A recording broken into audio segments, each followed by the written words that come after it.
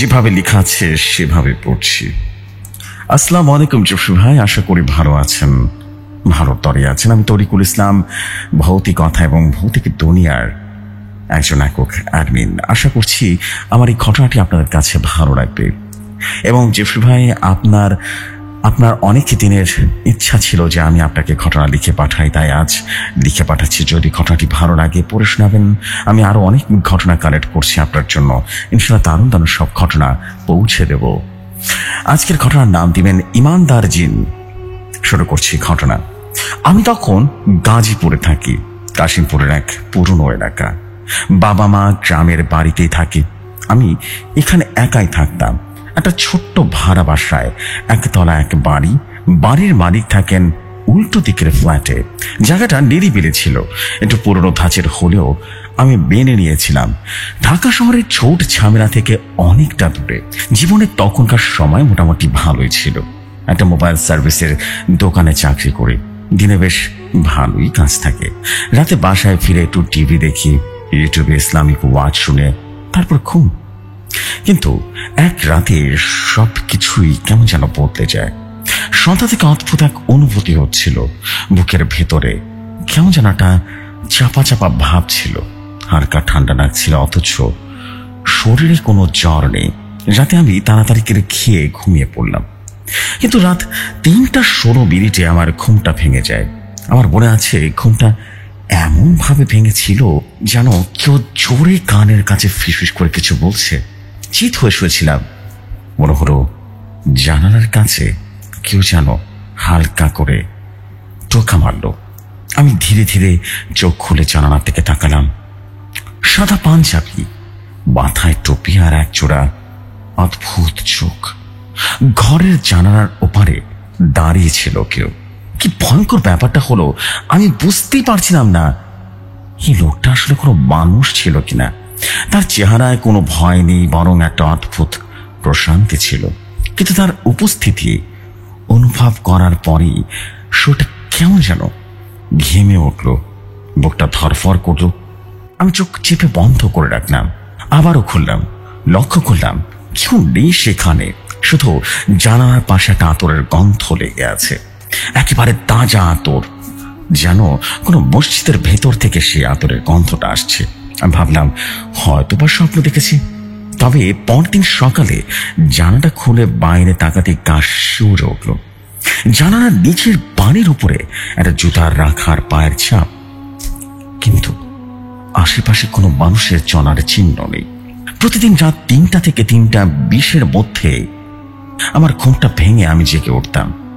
প্রথম দিন আতরের গন্ধ, পরের দিন ঘরের দরজায় ঠকঠক আওয়াজ, তারপর দিন রাতে আমার বালিশের নিচে একটা সাদা কাগজ পাই। তাতে একটা আয়াত লেখা ছিল, আল্লাহর সাহায্য এবং বিজয় আসবে এবং তুমি দেখবে মানুষ দলে দলে ইসলামের পথে আসছে, এমনই লেখা। আমি গলিয়ে ফেললাম। কেই কাগজ রাখলো? দরজা তো ভেতর থেকে বন্ধ ছিল, জানালার গ্রিল আছে। পরদিন বিকেলে আমি এলাকার কাছে বসিতে গেলাম। মাগরিবের নামাজ শেষে ইমাম সাহেবকে দেখে আলাদা করে সব কিছু খুলে বললাম। উনি কিছুক্ষণ চুপ করে রইলেন, তারপর বললেন, তুমি ভয় পাচ্ছ নাকি? তো ভয় পাওয়ার কিছু নেই। সবসময় খারাপ জিন হয় না, কিছু জিন আছে যারা আল্লাহর পথের অনুসারী, যারা ভালো কাজ করে, যারা ঈমান ধরে রেখেছে, যারা অন্যকে আল্লাহর পথে ডাকে। তোমার পাশে এমন কেউ আছে, বুঝতে পেরেছ? আমি যেন বিস্মিত হয়ে গেলাম। আমি বললাম, কিন্তু আমি তো কাউকে দেখিনি। তুমি তাকে হয়তো সরাসরি দেখবে না, কিন্তু সে তোমাকে লক্ষ্য করছে এবং রক্ষাও করেছে। সে তোমার সাথেই ছিল যখন তুমি সত্যকে জানার চেষ্টা করেছিলে। রাতের সেই আয়াত কারো পক্ষে সেটা তোমার বালিশের নিচে রেখে যাওয়া সম্ভব নয়, যদি না সে জিন হয় আর ইমানদার হয়। আমি যেন শিউরে উঠলাম। ইমাম সাহেব বললেন, তবে নিয়মিত কোরআন পড়ো, নামাজ পড়ো, যতটা সম্ভব হালাল পথে থাকো, কেমন? সে তোমার ক্ষতি করতে পারবে না, বরং শয়তান থেকে তোমাকে রক্ষা করবে। এরপর থেকে আমি মনের সাহস নিয়ে চলতে লাগলাম। মনে হচ্ছিল অদৃশ্য কেউ আমার পাশে আছে। দোকানে একদিন এক ভাঙাচোরা মুখের লোক আসলো। মোবাইল সারাতে চায়, কিন্তু কথা বলার ভঙ্গি, চোখের চাহনি সবকিছুই কেমন যেন অদ্ভুত লাগলো। সে বারবার আমার নাম জেনে নিতে চাচ্ছিল, বারবার বলছিল, তুমি রাকিব না? তোর বংশে কালো কাজ হয়েছিল। আমি রীতিমতো চমকে উঠলাম। ওটা কোথা থেকে জানলো আমার দাদার নাম রকিব উদ্দিন? হ্যাঁ, কিন্তু আমি তো রাকিব না, আমি তো অন্য নাম বলেছিলাম। লোকটা হাসতে হাসতে চলে গেল। সেই রাতে আমার ঘরে ঘটে গেল এক ভয়ঙ্কর ঘটনা। ঘুম ভেঙে দেখি ঘরের বাইরে কি আসলে কাঁপা কাঁপা গলায় কোরআনের আয়াত পড়ছে, কিন্তু উচ্চারণটা বিকৃত, ভয় জাগানো। আমি দরজার কাছে গিয়ে কান পাতলাম। শুনতে পেলাম সেই লোকটায় বলছে, ওর ইমান আছে বলে ভাবছিস ওকে ছেড়ে দেব? ভুল করছিস জামশেদ, ওর বংশে পাপ আছে বাপ। জামশেদ? কে জামশেদ? ঠিক তখনই ঘরের একটা কোণা থেকে আতরের ঘ্রাণের সাথে ভেসে এলো একটা গর্জন। আল্লাহর নাম নিয়ে তোরা পিছিয়ে যা, এই জায়গায় শয়তানের আধিপত্য হবে না। সে আওয়াজ শুনে বাইরে থেকে হঠাৎ পায়ের শব্দ সরে গেল, যেন কেউ ছুটে পালিয়ে গেল। আমি দরজাটা খুলে বাইরে বের হলাম, কিন্তু কেউ নেই। শুধু চিপা দেয়ালের সাদা রঙের আঁকা এক আয়াত দেখলাম, যা আগে কখনো ছিল না। তোমার আল্লাহর সাহায্য চাও ধৈর্য আর নামাজের মাধ্যমে। ঘটনা কিন্তু এখানে শেষ হলে পারত, কিন্তু এটা ছিল ঘটনার সূত্রপাত। আমি তখনও জানতাম না আমার রক্তের ভেতরে ছিল বংশীয় অভিশাপ, আর তার বিরুদ্ধে লড়ার জন্য আমাকে বেছে নিয়েছে সে ইমানদার জিন জামশেদ। রাতটা ভীষণ ভারী ছিল। ঘটনার পরদিন সকালে উঠে দেখি দরজার নিচে দিয়ে ঢুকানো একটা পাতলা ধূসর কাগজ, যেন বাতাস এসে আটকে গেছে। আমি অবাক হয়ে কাগজটা তুললাম। তাতে শুধু একটা বাক্য লেখা, তুমি যাকে বন্ধু ভাবছ সেই তোমার রক্ত চাইবে।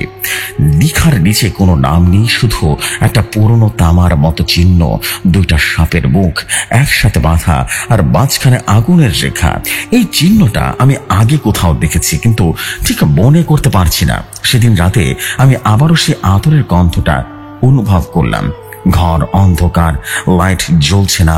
ঘড়িতে তখন রাত 3:10। হঠাৎ ঘরের একটা কোণ থেকে শান্ত স্বরে কেউ বলে উঠল, ভয় পেও না, আমি জামশেদ, আমি ইমানদার, আল্লাহর ইচ্ছায় তোমার পাশে এসেছি। আমি তখন ভয় ভয় জিজ্ঞেস করলাম, তুমি মানুষ না তাই তো? না, আমি জিন, কিন্তু আমি সেজদার সাথী নই। আমি সেই গোত্রের যারা হাজার হাজার বছর ধরে মসজিদের ছায়ায় ইবাদত করে আল্লাহর। আমাকে পাঠানো হয়েছে তোমার পূর্বপুরুষদের ভুল ঢাকতে, কারণ তারা এক ভয়ঙ্কর কুফরি শক্তিকে জীবন্ত পুঁতে রেখেছে। সেই শক্তি এখন ফিরে আসতে চায়। সময় ঘনিয়ে এসেছে, তাই তো আমি তোমার কাছে চলে এসেছি। আমি যেন হতভম্ব হয়ে গেলাম। আমি বললাম, তুমি বলতে চাও আমার দাদারা কুফরি কালাম করেছিল?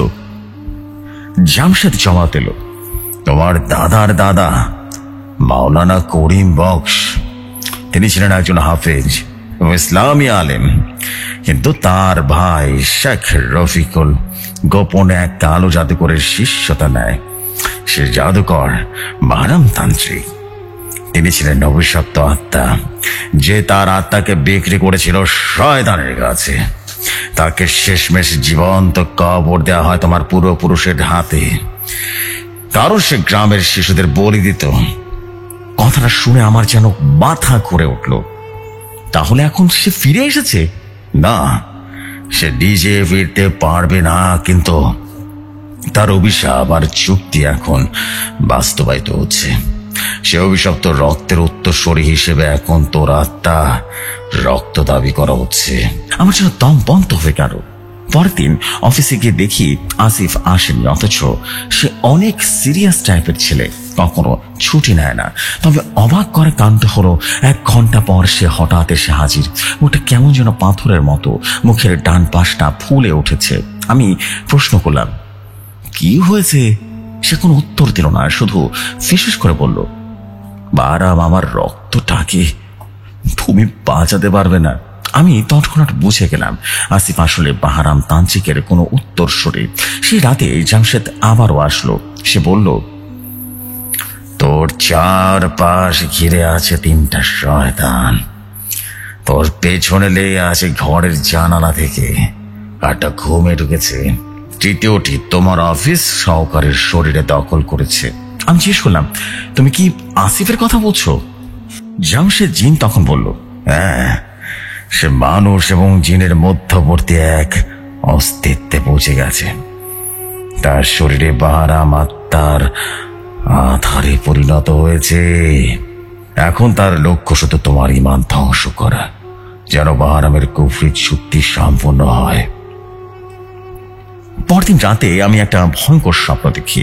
আমি স্বপ্নে দেখলাম একটা অন্ধকার কবরস্থান, চারপাশে সাদা কুয়াশা, কবরের মাঝে একটা পাথরের কফিন, আর তার উপরে আগুনে লেখা আছে, রক্ত চাই, আত্মা চাই, ঈমান চাই। আমি কফিনের দিকে এগোতে না চাইলেও পা টেনে নিয়ে যাচ্ছিল। হঠাৎ কফিন ফেটে ভেতর থেকে বেরিয়ে এলো এক আগুন মুখ আত্মা। মুখে ছাই লেগে আছে, চোখ দুটো যেন আগুনের মতো লাল। সে গর্জন করে বলল, তুই আমার উত্তরসূরি, উত্তরসূরি তুই আমার, তোর রক্ত আমার। হঠাৎ আমার পেছনে দাঁড়িয়ে গেল জামশেদ। কোরআনের আয়াত পড়ে চিৎকার করলো আর বলল, আউযু বিল্লাহি মিনাশ শাইতানির রাজিম। আগুনের সেই পিশাচ আমার দিকে রীতিমতো ছুটে এলো, কিন্তু জামশেদের ডান হাত থেকে একটা উজ্জ্বল সবুজ আলোর ঢেউ ছিটকে গিয়ে সে পিশাচকে দূরে ঠেলে দিল। ঘুম ভেঙে দেখি আমি যেন কাঁদছি, গায়ে ঘাম, বুক ধরফর করছে। কিন্তু সবচেয়ে ভয়ঙ্কর বিষয় ছিল, ঘরের দেয়ালে সে আগুনের লেখা বাক্যটা দেখা যাচ্ছে, যা আমি স্বপ্নে দেখেছিলাম। এইটা কিভাবে সম্ভব? পরদিন সন্ধ্যায় আমার পাড়ার এক ছেলে রনি, যে প্রায় আমার বাসায় আসে, হঠাৎ করে সে এসে বলল, ভাই, তুমি একদিন না হয় নামাজ পড়েই ফেললে, তাই বলে এত ধর্মের ধরে থাকার কি দরকার বলো তো? এই জামশেদের মতো জিন তোমার কোনো উপকার করতে পারবে না। আমি রীতিমতো আঁতকে উঠি। আমি তো তাকে জামশেদের নামটা বলিনি, তাহলে সে জানলো কিভাবে? সে কি? রনি কি আসলে অন্য কিছু? আমি বললাম, তুমি জামশেদের নাম জানলে কি করে? সেটা ভয়ঙ্কর হাসি দিল আর বলল, আমি শুধু জানি না, আমি জানাতে এসেছি তুমি যে এখন নজরে আছো তার। সে কথাটা শেষ করতেই তার বুক যেন বিকৃত হতে থাকে, কণ্ঠস্বর যেন রুক্ষ হতে থাকে, এবং ঘর জুড়ে ছড়িয়ে পড়ে এক ভয়ঙ্কর দুর্গন্ধ, পোড়া গন্ধ, যেন কোনো মৃতদেহের পোড়ানো হচ্ছে। হঠাৎই জামশেদের আওয়াজ কানে আসে, সূরা ফালাক, সূরা নাস পড়ো, এখনই পড়ো, জোরে জোরে পড়ো। আমি তৎক্ষণাৎ পড়া শুরু করলাম, এবং পড়ার পরে ঘরের বাতি টিপ করে নিভে গেল। রনির মুখ থেকে একটা কালো ধোঁয়া বেরিয়ে আসলো, আর সে চিৎকার করছে আর বলছিল, থামো, থামো, থামো। হঠাৎই সে ঘর থেকে বেরিয়ে পালিয়ে গেল। আমি জামশেদকে জিজ্ঞেস করলাম, রনি তো ছোটবেলার বন্ধু ছিল। জামশেদ বলল, সে ছিল বাহরামের তৃতীয় আত্মার আধার। আমি চুপ করে থাকি। চোখ ভেসে উঠেছিল সে আগুনের কফিন, সে বাহরাম আর আমার বংশের গোপন অভিশাপ। ঘটনার 3য় সপ্তাহ। আমি ঠিকঠাক মতো ঘুমাতে পারি না। প্রতি রাতে কেউ না কেউ আমার স্বপ্নে আসে এবং অদ্ভুত বার্তা দিয়ে যাচ্ছে। কেউ বলছে, ঈমান ধরেছিস, পাপের উত্তরাধিকার ভুলে গেছিস। আবার কেউ হাসছে আর বলছে, জামশেদ তো শুধু পাহারাদার, সে চাইলেও তোকে রক্ষা করতে পারবে না। কেমন যেন আমাকে বিভ্রান্ত করার চেষ্টা করলো। একদিন সন্ধ্যায় আমি হঠাৎ করে দেখলাম পেছনে পুরনো পুকুর ঘাটে একটা নারী দাঁড়িয়ে আছে, মুখ ঢাকা সাদা শাড়ি, এবং সে আমার দিকে তাকিয়ে আঙ্গুল ইশারা করে ডাকছে। আমি প্রথমে ভয় পেলেও পরে গিয়ে দেখি কেউ নেই সেখানে, কিন্তু সেই জায়গাটা পুরনো চিরকুট পড়ে আছে। মনে হয় রাতে দৃষ্টির মালিকটাকে ঈমান না কম। আমি আবারও ছুটে গেলাম মসজিদের ইমামের কাছে, সমস্ত ঘটনা করে বললাম। উনি ভীষণ চিন্তিত হলেন, বললেন, পূর্ণিমার রাত এমনিতেই চীনের শক্তি কিন্তু প্রচন্ড বেড়ে যায়, তোর উপর অভিশাপ আছে। তুই আল্লাহর কাছে দোয়া কর, কোরআন পড়, রুকিয়া শোন, কেমন? আর কিছু হলে আমাকে খবর দিস। আমি ইমামের কাছ থেকে একটা পানির বোতল নিয়ে রীতিমতো চলে এলাম, কিন্তু ঘরে ফিরে দেখি দরজার নিচ ঠেলে দেওয়া হয়েছে একটা ছোট্ট কাঁচের শিশির ভেতরে কালো তরল, আর তার উপরে রক্ত দিয়ে আঁকা একটা শব্দ জাহান্নাম। 2 দিন আসিফ আসেনি, অফিসে আসেনি। 3য় দিন ফিরে এসে আমাকে ডাকলো, অফিসের ছাদে ডাকলো। জায়গাটা নির্জন ছিল। সন্ধ্যায় আলোয় চাঁদের উপরে শুধুমাত্র 2 জন মানুষ, আমি আর আসিফ। সে শান্তভাবে দাঁড়িয়ে বলে উঠল, তুই জানিস আমার শরীর এখন আমার কন্ট্রোলে নেই। আমি চাই না তোর কিছু হয়ে যাক, কিন্তু পাহারাম সে তোকে ছাড়বে না। আমি প্রশ্ন করলাম, তুই তাহলে আমাকে সাহায্য করতে চাস? আসিফ মাথা নিচু করে বলল, আমার আত্মা কিন্তু বন্দি আছে, শরীরকে সে নিয়ন্ত্রণ করছে, কিন্তু আমি চেষ্টায় আছি শেষবারের মতো তোকে একটা সতর্কতা দিতে এসেছি। পূর্ণিমার রাতে বাড়ি থেকে বের হইস না। আমি তখনও বুঝিনি সে রাতে ভয়ঙ্কর কি হতে চলেছে। ঘড়িতে রাত তখন 3:18। ঘরের জানালা খোলা ছিল। বাইরে চাঁদের আলোয় পুরো পাড়াটাই যেন সাদা হয়ে গেছে। হঠাৎ বাতাস থেমে গেল। একটা সময় জামশেদের কণ্ঠ ভেসে উঠল, সতর্ক থাকো, সে আসছে, সে আসছে, সে শয়তান জেগে উঠেছে।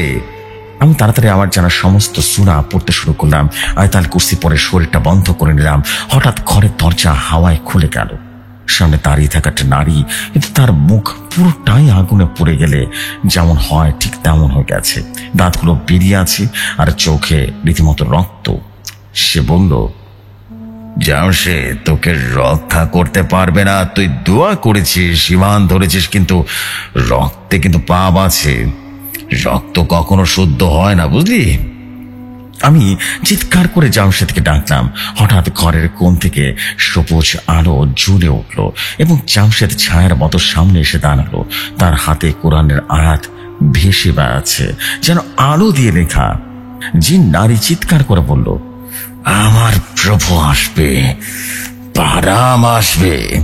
তখনই জানালার কাঁচ ভেঙে গেল আর বাতাসে এক গর্জন, অথচ কোনো প্রাণী নয়, এক ধরনের ধ্বনি যেন নরকের ভেতর থেকে উঠে আসছে। হঠাৎ আমি আমার শরীরের ঝাঁকুনি অনুভব করলাম। মনে হচ্ছিল আমার আত্মা শরীর থেকে টেনে নেওয়া হচ্ছে। জামশেদ ততক্ষণে আমার কপালে হাত রেখেছে এবং সে আয়াত পড়ছে আর বলছে, ও আল্লাহ, যিনি 7 আকাশ সৃষ্টি করেছেন আমাদের উপর রহম করুন। আমি তখন অচেতন হয়ে পড়ি। পরদিন সকালে ঘুম ভাঙতে দেখি আমি খাটে, জামশেদ পাশে নেই, কিন্তু ঘরের দেয়ালের আগের রাতে ভেসে থাকা কোরআনের আয়াত এখনো ঝাপসা হয়ে চলছে। বাহারামের পিশাচিনী আমাকে শেষ মুহূর্তে গ্রাস করতে পারেনি, তবে সে চলে যায়নি। সে এখনো আমার চারপাশের সময়ের অপেক্ষায় আছে।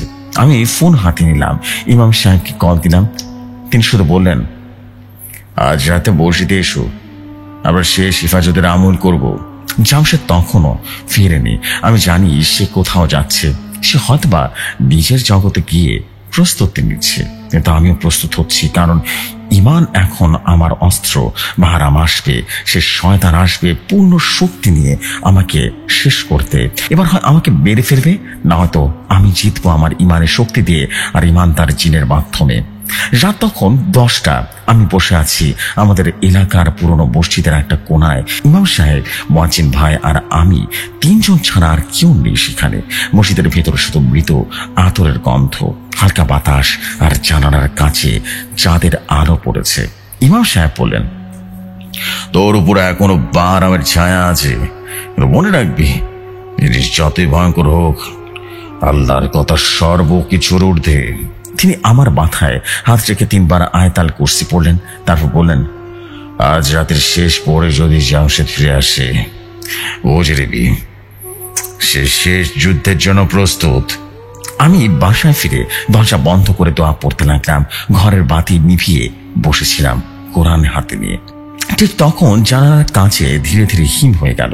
ভেতরে ঢুকে ঠান্ডা বাতাস, আতরের সেই পরিচিত গন্ধ, আর তার সঙ্গে গর্জনের মতো একটা কণ্ঠস্বর, আমি এসেছি শেষবারের মতো। ঘরের একটা কোণে ধীরে ধীরে জ্বলে উঠল সবুজ আভা, আর তার সামনে দাঁড়ালো জামশেদ। চোখে দারুণ এক দৃঢ়তা এবং মুখে গভীর এক প্রশান্তি। সে বলল, তুই আজ ঈমানের পরীক্ষায় জয়ী হলে শুধু তুই না, তোর আগামী 7 পুরুষ হয়ে কোনো জাদু কৌশল আর শয়তানের কাজ করতে পারবে না। আমি যেন বিস্ময় জিজ্ঞেস করলাম, তুমি থাকবে তো আমাদের পাশে? জামশেদ মাথা নিচু করে বলল, আমার দায়িত্ব এখানে শেষ হতো যদি না বাহরাম নিজে হাতে তোকে দখল করতে চাইতো। হঠাৎ করে ঘরের চারদিকে রীতিমতো ধোঁয়ার মতো অন্ধকারে ঢুকে পড়ল এবং বাতাস যেন থেমে গেল। দেয়াল যেন কাঁপতে শুরু করলো। দরজার নিচ দিয়ে রক্ত গড়িয়ে গড়িয়ে পড়তে লাগলো। ঘরের মাঝখানে রীতিমতো ফেটে ফেটে গেল। উঠলো এক পাথরের কফিন, আর সেই কফিনের ভিতরে দাঁড়িয়ে ভয়ঙ্কর এক আত্মা। বুকগুলো যেন পোড়া, শরীর যেন কালো ছাইয়ে ঢাকা, চোখ জ্বলছে রক্ত, আর মাথার চারিদিকে আগুনের রিং। বিভৎস এক ক্রিয়েচার, বাহরাম তান্ত্রিক। সে গর্জন করে বলল, তুই রক্ত দিতে চাস তাই না? ইমান ধরে রাখলি, আবার চুক্তি তোকে ছাড়বে না, ছাড়বে না। আমি তখন নিজেকে সাহসী মনে করলেও গলার কাছে হঠাৎ রীতিমতো কেঁপে উঠল। হাত পা রীতিমতো জমে যেতে শুরু করলো।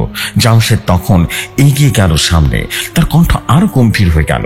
সে বলল, ওর উপর আল্লাহর রহমত আছে, ওর ঈমান তাকে রক্ষা করবে।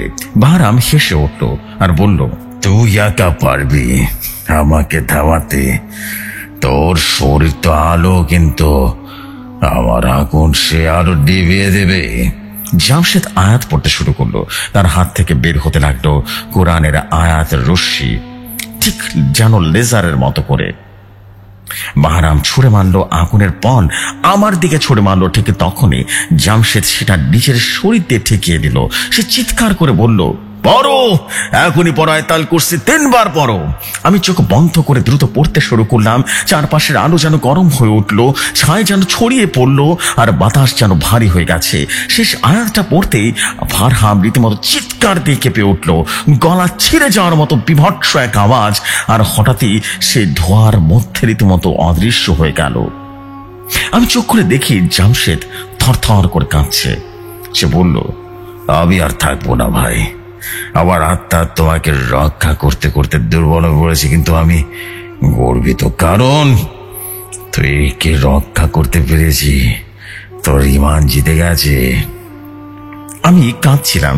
জামশেদ বলল, একটা কথা মনে রাখিস ভাই, যদি কখনো কেউ তোকে বলে ঈমান একা কিছু করতে পারে না, তুই হাসবি, কারণ একবার বিশ্বাস নিয়ে দাঁড়ালে শয়তানও পিছনে হাঁটতে বাধ্য হয়। ভালো থাক। এটা বলে সে ধীরে ধীরে আমার সাথে মিশে গেল। ঘরটা আবারও নিস্তব্ধ হয়ে গেল, আর তোর গন্ধ হালকা হয়ে আসছে। বাইরে ভোরের আজান হচ্ছে। সেদিনের পর থেকে আর কোনো দিন সে অদ্ভুত স্বপ্নটা দেখিনি। আর আসিফও বদলে গেছে। সে ধীরে ধীরে মানুষের মতো করে জীবন যাপন করছে, যেন কিছুই হয়নি।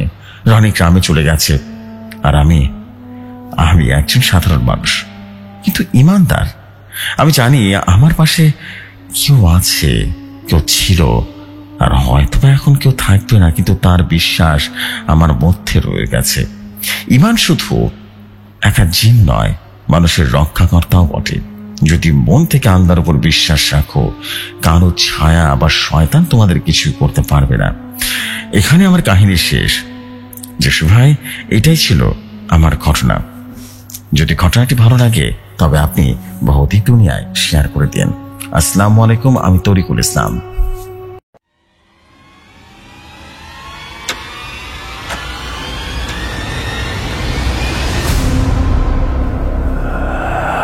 And this is it. Thank you very much. Thank you very, very much for this wonderful story of Iman দারজিন।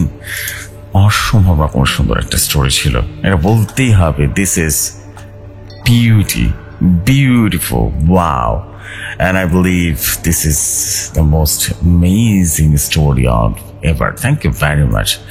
And আশা করছি আপনাদের সবার কাছে অসম্ভব রকম ভালো লেগেছে স্টোরি, আর ভালো লাগার মতনই ঘটনা লিখেছেন আমাদের কাছে।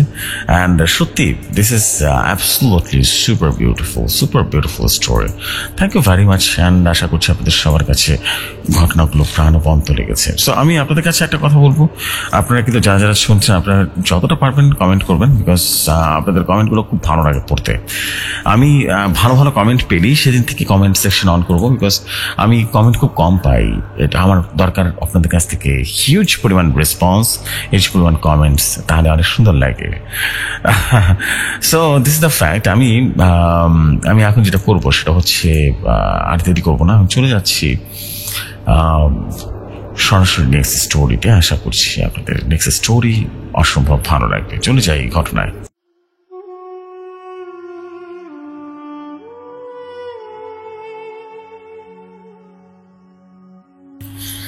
যেভাবে লেখা আছে সেভাবেই পড়ছি। আসসালামু আলাইকুম জসু ভাই এবং ভৌতিক দুনিয়ার সকল লিসনার্সগণ, আপনাদের সবাইকে আমার সালাম জানাই। আমার নাম আরিফ। আমি প্রথম ভৌতিক দুনিয়াতে ঘটনা পাঠাচ্ছি। লেখায় ভুল ত্রুটি হলে ক্ষমা সুন্দর দৃষ্টিতে দেখবেন। ঘটনাটি একটি অভিশপ্ত ডুমুর গাছকে কেন্দ্র করে গড়ে উঠেছে, তাই ঘটনার নাম দিবেন অভিশপ্ত ডুমুর গাছ। শুরু করছি আমার লেখা প্রথম কোনো ঘটনা। আমার নাম আরিফ। আমি দক্ষিণবঙ্গর এক পুরনো গ্রামের ছেলে। গ্রামের নামটা বলছি না। খুব ছোটবেলা থেকে শুনতাম আমাদের গ্রামের দক্ষিণ পূর্ব কোণায় একটা জায়গা আছে যেখানে বিশাল পুরনো এক ডুমুর গাছ দাঁড়িয়ে আছে। মানুষজন ওই জায়গাকে বলে ভাঙা খেলার মাঠ, কিন্তু এই জায়গাটার নামের সাথে খেলা বা খেলার ছেলে মানুষই ছিল না। ছিল শুধু ভয়, শিউরে ওঠা গা ছমছমে গল্প আর নিখোঁজ হওয়া মানুষের কান্না। আমার দাদু, যিনি একজন কবিরাজ ছিলেন, সে ছোটবেলায় অনেক সাবধান করে বলতেন, আরিফ শোন, সন্ধ্যার পর ওই ডুমুর গাছের দিকে কখনো তাকাস নে, কেমন? তোর চোখ যদি একবার লাগে, যা দেখবি তোর ঘুম আসবে না। আমি তখন বুঝতাম না, কিন্তু ভয় ভেতর থেকে রীতিমতো গেঁথে যেত। গ্রামের মানুষজন বলতো ওই গ্রামটা অদ্ভুত, কারণ 1971 সালের দিকে নাকি পাকিস্তান মিলিটারিদের এক ক্যাম্প ছিল ওই মাঠে। তারা রাতের বেলা মানুষকে ধরে এনে ওই গাছের নিচে বেঁধে রাখত, নির্যাতন করত, গুলি করত, কখনো মাটি খুঁড়ে কবর দিত। যুদ্ধ শেষ হলেও মানুষজন বলতো সেই ডুমুর গাছটা সব কিছু স্মরণ করে রেখেছে, আর সেই স্মৃতিগুলো কারো ছায়া হয়ে দাঁড়িয়ে আছে গাছের চারপাশে। আমি তখন ক্লাস 9-এ পড়ি। আমাদের স্কুলের বন্ধু রফিক, রানা, সবুজ, সজল আর আমি মিলে একদিন ঠিক করলাম আমরা এই অভিশপ্ত গাছটা দেখতে যাব। অবশ্যই দিনের বেলা। ওটা ছিল একটা গাছই তো, তাই না? কেমন অভিশাপ! সেদিন ছিল শুক্লপক্ষের দুপুর, ঝাঁঝার রোদ একেবারে। আমরা হেঁটে গেলাম সেই গাছের দিকে। পথটা অনেকটা নির্জন। ধান ক্ষেতের ভেতর দিয়ে তখনও মোবাইলের ক্যামেরা তেমন একটা আসেনি, তাই রফিক একটা ক্যামকর্ডার এনেছিল, চাচার পুরনো ভিডিও ক্যামেরা। যখন গাছটা একবার সামনে এলো, আমার বুকের ভেতরটা হঠাৎ করে কেমন যেন খচখচ করে উঠল। গাছটা দেখতে সাধারণ ডুমুর গাছের মতোই, কিন্তু যেন তার গাছপালাগুলো মানুষের হাতের মতো, এমন ভাবে ছড়ানো যেন কেউ জড়িয়ে ধরবে। আশ্চর্যের বিষয়, সেখানে কোনো পাখি ছিল না, কোনো ছায়াও নড়ছিল না। নিস্তব্ধতা, এমনকি দূরের কাকের ডাকটাও যেন থেমে গিয়েছিল। আমরা দাঁড়িয়ে ক্যামকর্ডারটা অন করলাম। সজল একটু মজা করে বলল, গাছ মামা ভয় পায় না রে, আমাদের দিকে হাত বানাস তো দেখি। আর তখন গাছটা একটু কেঁপে উঠল। হ্যাঁ, আমি প্রথমে বিশ্বাস করিনি, কিন্তু ক্যামেরায় ধরা পড়ল গাছের একটা ডাল হঠাৎ করে খুব হালকা করে নড়ল। রফিক এসে বলল, ওরে বাবা, বাতাস হচ্ছে তো। কিন্তু আশেপাশে একটা গাছও যেন নড়ল না। হঠাৎ করে আমার মাথার পেছনে ঠান্ডা নিঃশ্বাস পড়ল। আমি চমকে তাকালাম, কেউ নেই সেখানে। আমি রীতিমতো বললাম, চল ভাই, আমার না জায়গাটা ভালো লাগছে না।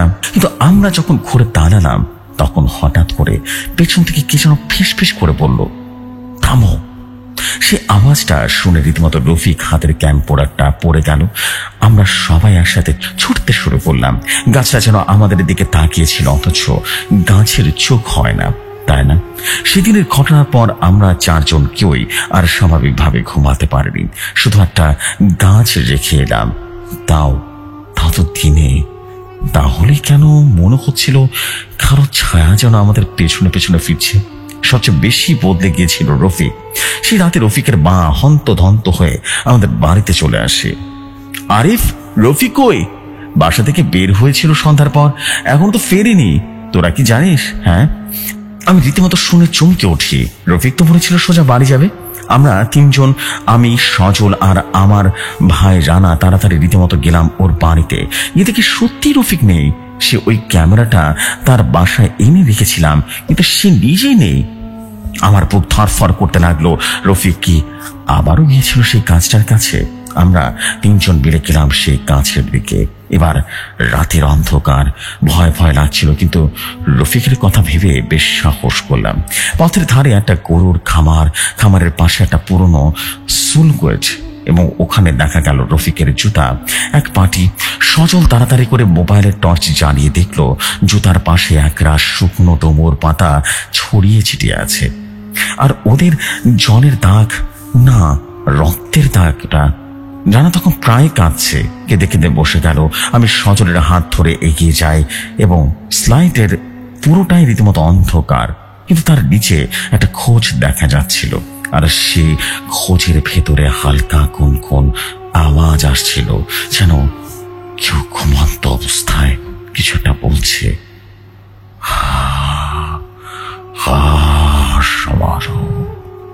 আমি জীবনে এত ঠান্ডা আওয়াজ শুনিনি। বন্ধ, অদ্ভুত আওয়াজ। ভর দুপুরে ঠান্ডা স্রোত বইতে থাকলো বুকের ভেতর দিয়ে। আমরা পালিয়ে এলাম। পরদিন সকালে পুলিশকে খবর দিলাম। রফিকের পরিবার মাইকিং করলো, পুকুরের ডোবায় খোঁজা হলো, কিন্তু ওর কোনো খোঁজ মিলল না। শুধু সেই ডুমুর গাছের নিচে পাওয়া গেল একটা ভিডিও ক্যাসেট। ক্যাসেটটি স্থানীয় এক স্টুডিওতে আমরা চালালাম। ভয়ঙ্কর সেই ভিডিও দেখে আমাদের প্রাণ কেঁপে উঠল। ভিডিওতে দেখা গেল আবারও সেই গাছের নিচে গেছে, এইবার একা। সে গাছের গায়ে হাত বুলিয়ে কিছুটা বলছে। সে বলছে, তুমি কি আমাকে কিছু দেখাতে চাও? তুমি কি সত্যি অভিশপ্ত? এতটুকু বলার পর ভিডিওটা বিকট শব্দ, কণ্ঠ শোনা যায়, আর সেই কণ্ঠ কোনো মানুষের নয়, যেন জিনের কণ্ঠ। তুই ডেকেছিস? আমি চলে এলাম। ক্যামেরা ঝাঁকি খায়, তারপর শুধু কুয়াশা, আর শেষে ঝিকি ঝিকি আলো। হঠাৎ করে ভিডিওটা কেটে যায়। সজল গলা শুকিয়ে গিয়ে বলল, এটা বানানো না, এটা মনে হচ্ছে সত্যি। আমরা বিপদে আছি। রানার বাড়িতে অদ্ভুত ঘটনা শুরু হয়ে যায়। রানার মা ঘুমের ঘরে চিৎকার করে ওঠেন আর বলেন, ওই গাছটা আমার দিকে তাকিয়ে আছে রে, ওই গাছটার ভেতরে আগুন জ্বলছে। রানার ছোট বোন তৃষা একদিন সকালে উঠে দেখে তার ডান পায়ের কোড়ালিতে 5 আঙুলের ছাপ, যেন কেউ রাতের বেলা এসে চেপে ধরেছিল। আর সবচেয়ে ভয়ঙ্কর ঘটনা ঘটল রাত 1টার দিকে। রানার ঘরের দেয়ালে রক্ত নিয়ে লেখা, তোমাদের একজন গিয়েছিল, বাকিদেরও যেতে হবে। পরদিন সকালে রানা পাগলের মতো আচরণ করা শুরু করলো। নিজের মাকে চিনতে পারতো না। বুকের সাথে বলতে থাকে, ও আসছে, গাছের নিচে কবর, ওর চোখে আগুন। পাগলের মতো কি কি যেন বলতো। আমাদের সবাইকে ডাকা হলো স্কুলের হেডমাস্টার রুমে। তিনি খুব শান্তভাবে বললেন, তোমরা হয়তো বা জানো না, এই গ্রামের সেই জায়গাটি অনেক পুরনো ইতিহাস আছে। 1971 সালের না, তারও অনেক আগে 1898 সালে এই গাছের নিচে একজন তান্ত্রিক আত্মহতি দিয়েছিলেন কালো জাদুতে অমরত্ব লাভের আশায়। সেই থেকে ওখানে কোনো গাছ হয় না, শুধু একটা ডুমুর গাছ দাঁড়িয়ে আছে, আর সেটাও নাকি অভিশপ্ত আত্মার আশ্রয়। আমি জিজ্ঞেস করলাম, তবে কি রফিকের সাথে ওটা? হেডমাস্টার শুধু বললেন, সবাই যায় না, শুধু যারা যায় তারা বেশ ভয় না পায়, ওদের উপরে আঁচড় করে, বুঝতে পেরেছ? আমরা তিনজন সিদ্ধান্ত নিলাম রাতের বেলা সেই ডুমুর গাছের নিচে একবার শেষবারের মতো দাঁড়াবো। রফিকের খুঁজে বের করতেই হবে। আমরা গেলাম পূর্ণিমার রাতে। গাছটার নিচে পৌঁছাতে চারপাশটা একদম অদ্ভুত কুয়াশায় ঢেকে গেল। বাতাস নিথর হয়ে গেল, কিন্তু গাছের পাতা যেন নড়ছিল না, হ্যাঁচড়া যাচ্ছে। ঠিক তখনই সজল ক্যামেরা অন করলো। ক্যামেরায় দেখা গেল একটা ছায়া গাছের গায়ে ঠেস মেরে দাঁড়িয়ে আছে। মাথায় হুট, মুখ দেখা যাচ্ছে না। আমাদের সামনে কেউ নেই, কিন্তু ক্যামেরায় দেখা যাচ্ছে। হঠাৎ ছায়াটা বলল, রফিক এসেছে আমার কাছে, এখন তোরা যাবি, তোরা যাবি। সজল রীতিমতো ক্যামেরা ফেলেই দৌড় দিল। রানা অজ্ঞান হয়ে গেল। আমি শুধু দাঁড়িয়ে থাকি। আমার চোখে তখন ভেসে উঠেছে সেই তান্ত্রিকের মুখ, গাছের গায়ে পোড়া কালো দাগ, আর চারদিকে ঘুরে বেড়ানো আত্মার গুনগুন।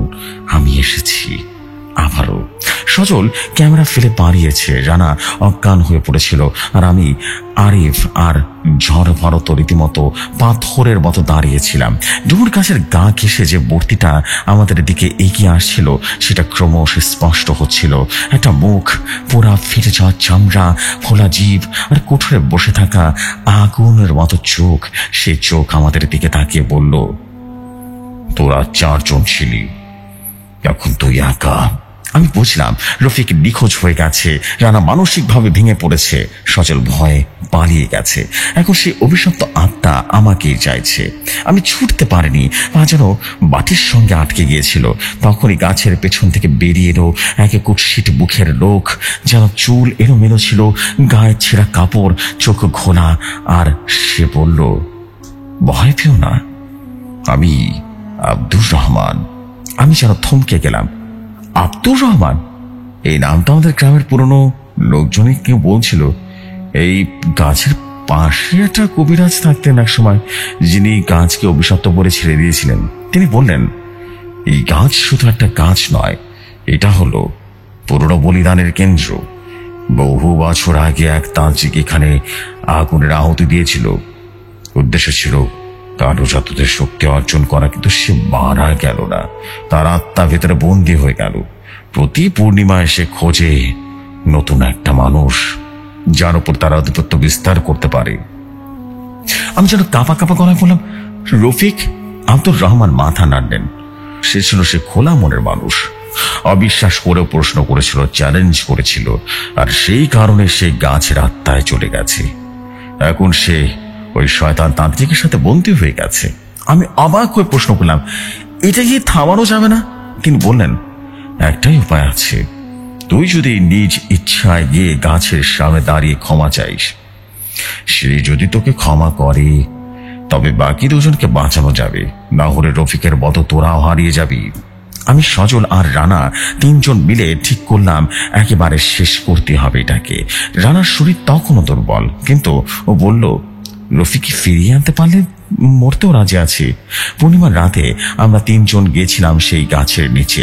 গাছটার ডালগুলো যেন আরো বেশি মোটা, আরো কুৎসিত লাগছিল। গাছের নিচে দাঁড়াতেই কুয়াশা জমে উঠল চারপাশে।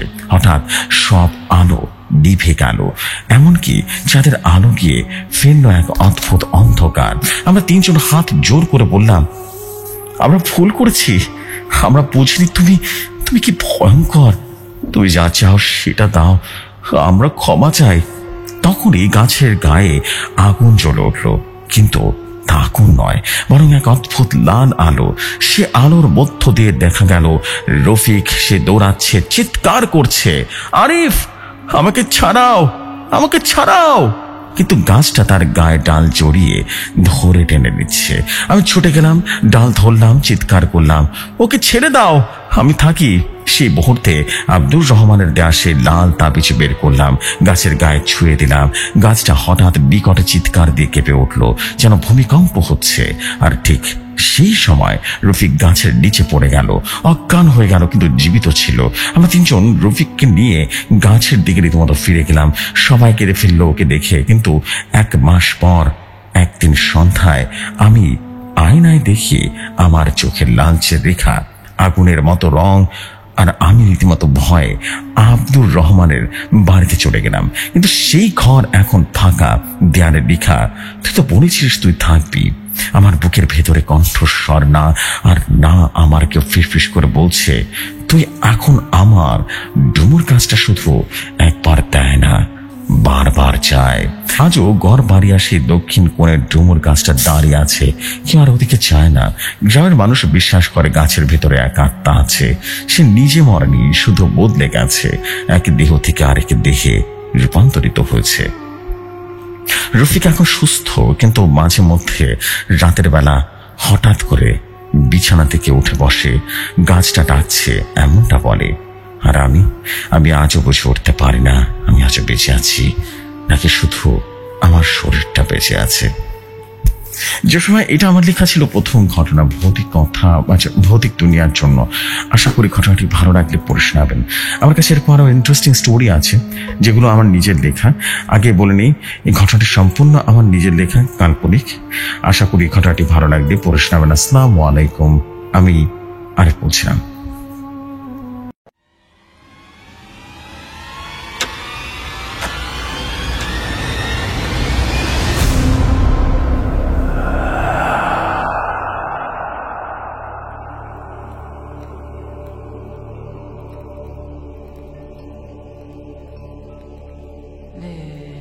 ওয়ালাইকুম আসসালাম। থ্যাংক ইউ ভেরি মাচ প্রিয় ভাই, thank you very much for a beautiful story. And আমরা কিন্তু শুনে ফেললাম আরেকটা স্টোরি আজকের এপিসোডে। এই স্টোরিটা খুব অদ্ভুত ছিল এবং ক্রিটিক্যাল একটা স্টোরি ছিল, মানে ডিপ একটা স্টোরি ছিল। মানে বোঝা যাচ্ছিল না যে লাস্ট পর্যন্ত কোন দিকে যাবে ঘটনাটা। অ্যান্ড আলটিমেটলি ঘটনাটা ফিনিশিং পেলাম। খুব সুন্দর একটা স্টোরি ছিল। আলটিমেটলি বলবো যে খুব ভালো স্টোরি, এবং আপনাকে অনেক অনেক অভিবাদন ঘটনার জন্য।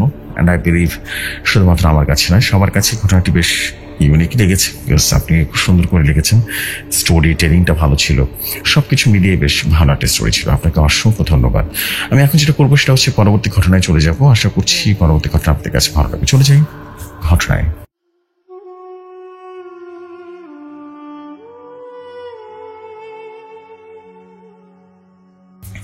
যেভাবে লেখা আছে সেভাবেই পড়ছি। আসসালামু আলাইকুম জসু ভাই, আমার নাম ফিরোজ খান, নিশ্চয়ই চেনেন। বলছি বীরপুর থেকে। আজ আরেকটি ঘটনা নিয়ে হাজির হয়েছি ভৌতিক দুনিয়ায়। ঘটনাটি ভালো লাগলে পড়ে শোনাবেন।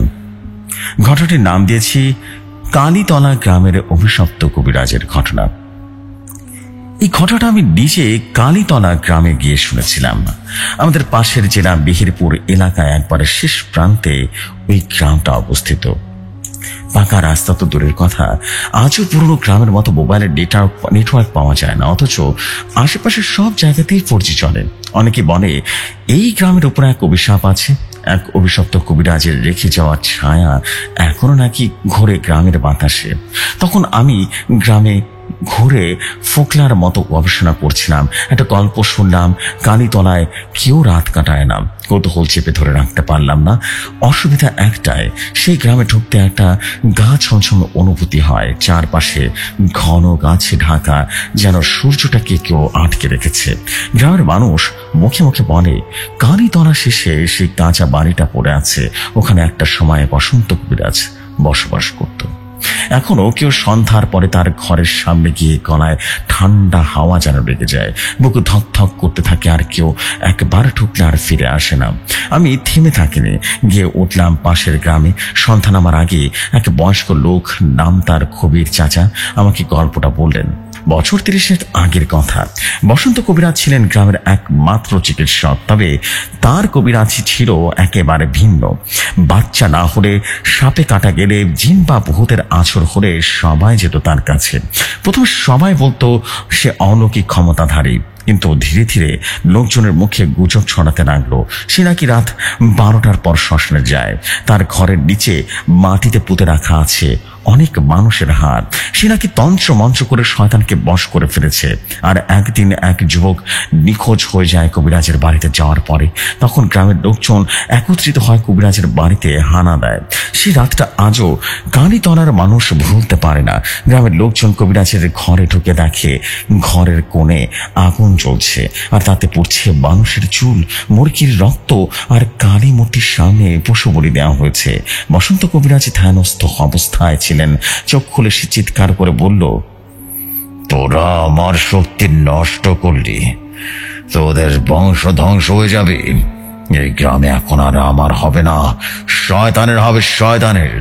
লোকজন তখন অনেক ভয় পেয়ে যায়, কেউ মারতে যায়, কেউ পিছু হাঁটে। কিন্তু এরপর যা ঘটে তা খুবই ভয়ঙ্কর ছিল।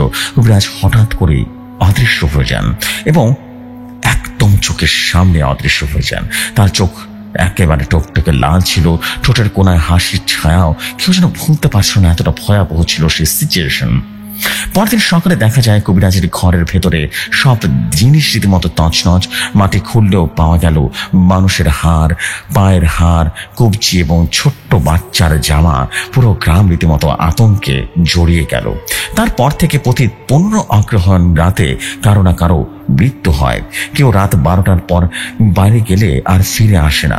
কবিরাজের বাড়িতে এক ধরনের গন্ধ পাওয়া যায়, পচা রক্ত আর আগুন মেশানো গন্ধ। আমি সিদ্ধান্ত নিলাম ওই বাড়িতে যাব, নিজে রাত কাটাবো, সত্যটা জানতেই হবে। পরদিন দুপুরবেলা গেলাম কবিরাজের বাড়িতে কেউ নেই। একটা পোড়া দালান, মাটি যেন ধক ধক করে তাপ ছড়াচ্ছে। এক পাশে একটা গর্ত ছিল, মনে হলো কেউ যেন ভেতরে খুঁড়ে কিছুটা বের করতে চাইছে। আমি ক্যামেরাটা সেট করলাম, ভয় পেতে চাইনি। সন্ধ্যা নামার আগে ঢুকলাম ভেতরে। জানি না তখন কেন যেন মনে হচ্ছিল কি আমার পাশে হাঁটছে। কান পাততেই একটা শব্দ শোনা গেল, বসন্ত আবারও আসবে। বসন্ত কবিরাজ কালীতলা গ্রামের এক ভয়ঙ্কর কালো জাদুকর, যার ঘরে মাটি খুঁড়ে পাওয়া গেছে মানুষের হাড় গোড়ার শিশুর জামা।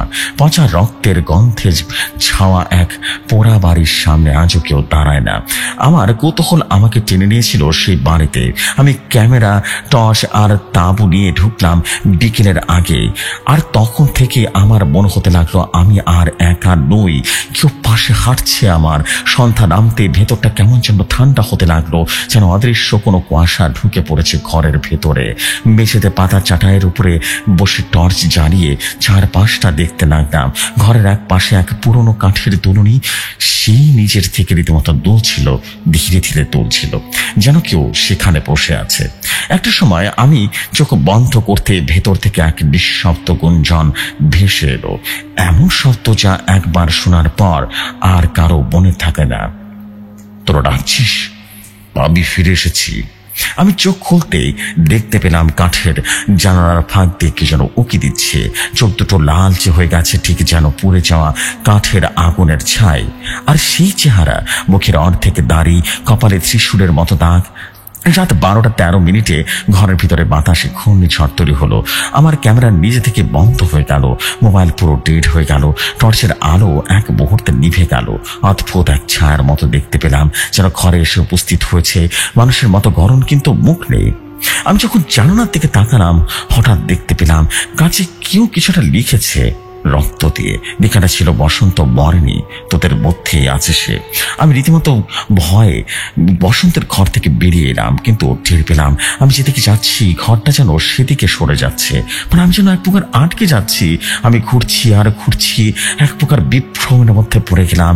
আমি যেন বুঝতে পারছিলাম না আমি কোন জগতের ভিতরে আটকে গেছি। আমি তো এসেছিলাম কবিরাজের এই বাড়ি তদন্ত করতে, এই কোথায় আটকে গেলাম?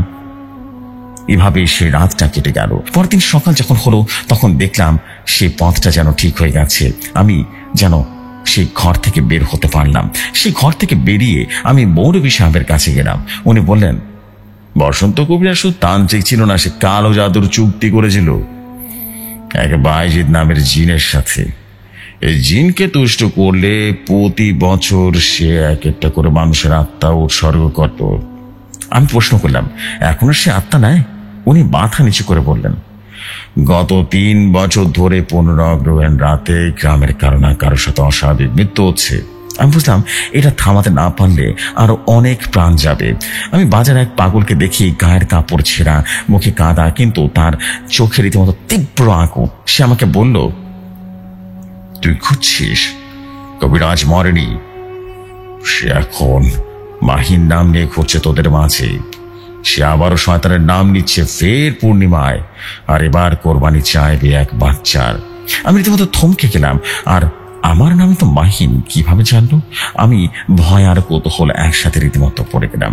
বসন্ত কবিরাজের পোড়া ঘরের নিচে মাটি খুঁড়েতে গিয়ে পেলাম আমি আবারও চলে গেলাম সে বসন্ত কবিরাজের বাড়িতে, এবং সেখানে গিয়ে ঘরের নিচে মাটি খুঁড়তে গিয়ে রীতিমতো পেলাম একটা পুরনো রক্ত মাখা খাতা। আর তার পাতাগুলো ছিল কয়েকটা কালো মন্ত্র, পূর্ণিমার রাতের চক্র, জিন বাইজিদকে ডাকার পদ্ধতি আর তালিকা। সেখানে কয়েকটা নাম লেখা। আমার চোখ ছানা বড় হয়ে গেল। তালিকার শেষ নাম মাহিন আহমেদ। আমার নাম। ঘটনা গভীরে যেতে যেতে আমি বুঝলাম এই অভিশাপ কোনো এক ব্যক্তির উপরে নয়, এটা রক্তের মধ্য দিয়ে রীতিমতো চলে যায়। বসন্ত কবিরাজ আসলে আমার দাদুর মামা ছিলেন। ছোটবেলায় দাদু সবসময় কবিরাজি বা তন্ত্র মন্ত্র থেকে আমাকে দূরে রাখতে চাইতো। আমার রক্তে আছে সে বংশের ছাপ, আর এখন সে কালো ছায়া, সে বাইজিদ আমাকে খুঁজে নিচ্ছে তার পরবর্তী বাহক হিসেবে। আমি কালীতলা গ্রামের অভিশপ্ত বসন্ত কবিরাজের পোড়া বাড়িকে এক রাতে কাটিয়ে এলাম। সেখানে চোখ পড়েছিল এক অদ্ভুত ছায়া, রক্ত মাখা কাচের লিখা হুমকি, আর কবিরাজের পুরো খাতায় লেখা ছিল আমার নাম মাহিন আহমেদ। পরে জানলাম আমার রক্তে বইছে বসন্ত কবিরাজের উত্তরসূরির স্রোত, আর সে আবারও ফিরে আসবে পূর্ণিমার রাতে এক শিশু আত্মা কোরবানির জন্য। দিনটা ছিল অগ্রহায়ণের একেবারে মাঝামাঝি। রাত বাড়ার সঙ্গে সঙ্গে গ্রামের শিশুরা কান্নাকাটি করা শুরু করলো, পশুরা চঞ্চল হয়ে উঠলো, গরু ছাগল দৌড়াদৌড়ি করতে লাগলো, কেউ কাউকে কন্ট্রোল করতে পারছে না। বিকেলে আমি শুনলাম 6 বছরের একটা বাচ্চা রায়হান নিখোঁজ, এবং সকালবেলা বাড়ির উঠোনে খেলা করছিল। দুপুর থেকে আর খোঁজ পাওয়া যায়নি। তার মা চোখ উঁচু করে কাঁদছিল আর বলছিল, ছেলে কি কবিরাজের বাড়িতে গেছে? কেউ কি খোঁজ আনবে আমার বাবুটার কোথায়? আমি আবারও গেলাম পোড়া বাড়িতে। ঘরটা আরো বেশি ঠান্ডা হয়ে গেছে। রাত 11টা বাজে তখন। পুরো আকাশ রীতিমতো মেঘের মাঝে লুকানো একটা ভাসমান পূর্ণিমা। আমার টর্চ জ্বালানো ছিল তখন, হঠাৎ নিভে গেল। ঠিক তখনই মাটির নিচ থেকে একটা শব্দ হলো, ঠাস ঠাস ঠাস ঠাস করে শব্দ হলো। কেউ জানো মাটি খুঁড়ে উপরে উঠছে। আমি মাটির গর্তে তাকিয়ে দেখলাম সেটা কোনো মানুষের গঠন নয়। ওর থেকে পোড়া দেহ, চোখ নেই, মুখ রীতিমতো গলে গেছে, বিভৎস, আর বলছে, তুই এসেছিস বংশের শেষ খণ্ড মাহিন আহমেদ। সময় হয়েছে, তোর আত্মাতে নয় তো রায়হান মরবে। আমি দৌড়ে রীতিমতো মোল্লা সাহেবের বাড়িতে চলে যাই। তিনি লাল কাপড়ে বোনা তাবিজটা দিয়ে বললেন, এই তাবিজ শুধু আত্মা চিহ্নিত করে, বন্ধ করে না। তোর শরীরের ভেতরে যে যশন্ত বাসা বেঁধে আছে তাকে সে এখনই বের হবে। আমি তাবিজ গলায় পরে আবারও সেই ঘরে চলে যায়, আর যা ঘটলো তা বিশ্বাস করানো কঠিন হয়ে যায়। রাত ঠিক 12টা। রায়হান হঠাৎ করে ঘরের কোনায় পাওয়া গেল, মাটির নিচে পোতা অবস্থায়, মুখে রক্ত, চোখ ফোলা। আমি ছেলেটাকে টেনে ধরি, কিন্তু মুহূর্তেই তার ঘর রীতিমতো কাঁপতে শুরু করে। ছাদের রড নিজে নিজে রীতিমতো বের হয়ে আসলো, এবং দেয়ালের ফাটল থেকে উঠে আসছে ধোঁয়া। আর এক মধ্যবয়স্ক লোক, গায়ের চামড়া পুড়ে কালো হয়ে যাচ্ছে, মুখে আধা দাড়ি, রীতিমতো দাঁড়িয়ে আছে। আর সে বলছে, তুই যদি আত্মা না দিস, তোর দেহকে আমি উঠাবো, তোর ভেতরে আমি ফিরবো আবারও। আমি বুঝলাম বসন্ত কবিরাজের আত্মা বাইজিদ জিনের সহায়তা আমার দেহের মতো ফিরে আসতে চায়। আর আমি কোরআন শরীফ থেকে কিছু আয়াত পড়লাম, কিন্তু আমার কণ্ঠ শুকিয়ে আসছিল। মনে হচ্ছিল কি আমার গলা রীতিমতো ভেতর থেকে টেনে নিচ্ছে। তখনই মোল্লা সাহেব এবং কয়েকজন গ্রামবাসী এসে পড়ল। তারা দলবদ্ধভাবে তাবিজ, কালিমা এবং কোরআনের আয়াত দিয়ে ঘরের চারপাশে দোয়া পড়তে লাগলো। ঘরটাকে বন্ধ করার চেষ্টা করলো। ঘরটা এক সময় বিস্ফোরণের মতো শব্দ হয়ে ফেটে পড়ল, এবং বাইজিদের সেই রক্তাক্ত ছায়া বা সেই জিনের ছায়া বিলিয়ে গেল। রায়হান সুস্থ, ওর গলা দিয়ে কথাও বের হতো না আগের রাতের মতো, এবং সকালে চোখ খুলে বলল, ও বলেছিল মাহিনকে দে, তাহলেই বাঁচবি। আমি জানি যুদ্ধে জিতেছি, কিন্তু পুরোপুরি নয়। গ্রামের মানুষ কবিরাজের বাড়িটা ভেঙে মাটি চাপা দিল, কিন্তু আমার ভেতরে এখনো মাঝে মধ্যে গভীর রাতের কান্নার শব্দ শুনে যখন আয়নায় তাকাই, তখনই মাঝে মাঝে দেখি চোখটা লাল হয়ে গেছে, যেন কারো দৃষ্টি ভেদ করে আমাকে দেখছে সে আত্মা। বসন্ত কবিরাজের চুক্তি শেষ হয়নি। জিন বাইজিদ হয়তোবা হেরেছে, কিন্তু সে মরে যায়নি। আর আমি জানি আমার নামে হয়তোবা কেউ আরেকবার পাবে এই অভিশাপ। কালিতলি মাটি এখনো গরম, এখন রক্তের গন্ধে পচে আছে। যে সময় এটাই হলো আমার ঘটনা। যদি ঘটনাটি ভালো লাগে তবে আপনি আপনার মতো করে পড়ে শোনাবেন, এবং ভৌতিক দুনিয়ায় আমি ঈদ স্পেশাল এপিসোডের জন্য একটা স্টোরি পাঠিয়েছি, আপনি দয়া করে সিলেক্টেড করে নেবেন। আসসালামু আলাইকুম, ভালো থাকবেন ভাইয়া, ভালো রাখবেন চারপাশকে।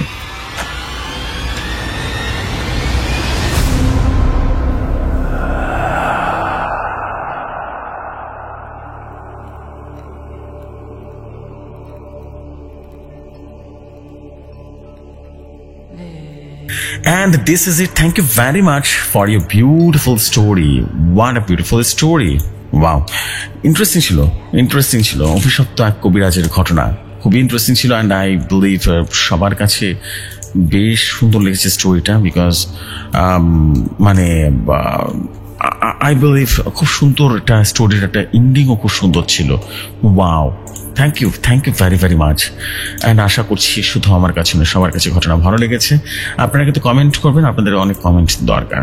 সো এই হচ্ছে আজকের আয়োজন। আজকে আর বড় করছি না এপিসোড, আজকে এখানেই চলে যাবো। ইনশাল্লাহ আপনাদের সাথে আমার কথা হবে ডেফিনেটলি, অ্যান্ড মারাত্মক সুন্দরভাবে কথা হবে, অনেক অনেক কথা হবে ইনশাল্লাহ। ততক্ষণ সবাই ভালো থাকুন, সুস্থ থাকুন। আসসালামু আলাইকুম, শুভরাত্রি সবাইকে।